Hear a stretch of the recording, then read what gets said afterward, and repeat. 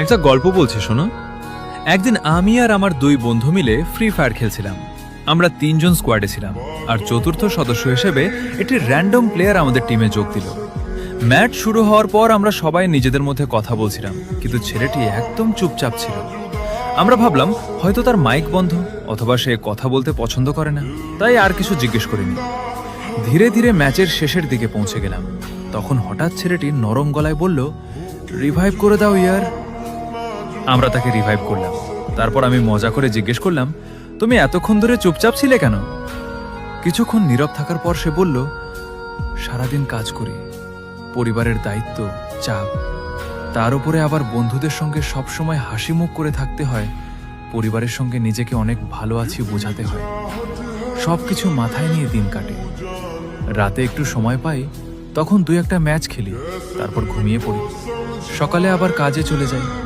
এভাবেই দিন, সপ্তাহ, মাস কেটে যাচ্ছে।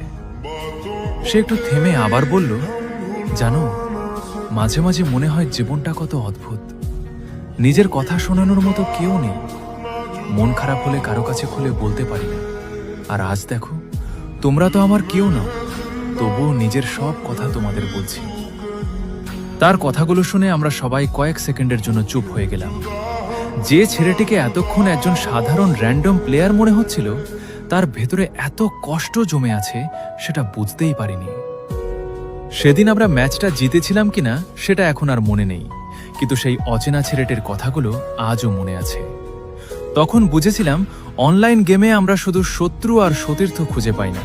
কখনো কখনো এমন কিছু মানুষের সঙ্গেও দেখা হয়ে যায়, যারা নিজের কষ্টগুলো বুকের মধ্যে লুকিয়ে রেখে প্রতিদিন লড়াই করে যাচ্ছে।